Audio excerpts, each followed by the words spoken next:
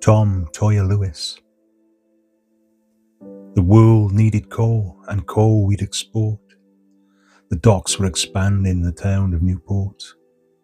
But a disaster would occur in achieving that dream, so we could export our black gold from a Welsh valley seam.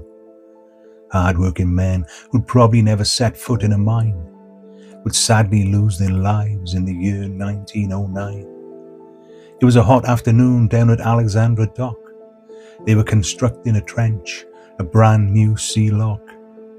Everything seemed fine. The trench walls looked secure, but pain and death were at hand for those workers to endure.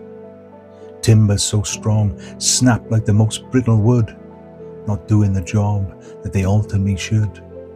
The West Trench then collapsed, both timber and stone. A future of death at that moment was sown.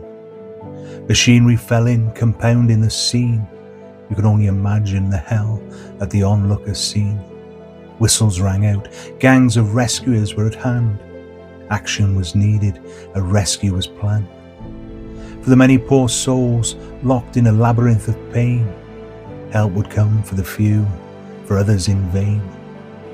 There were many a hero, but one young local stood tall, Toya Lewis, answering the call, descending through the timbers to help a worker called Fred, and his valiant efforts made sure he didn't end up dead.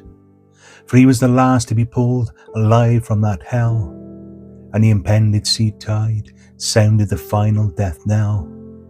Many men were injured, sadly 39 died, crushed, even burned, and drowned by the tide.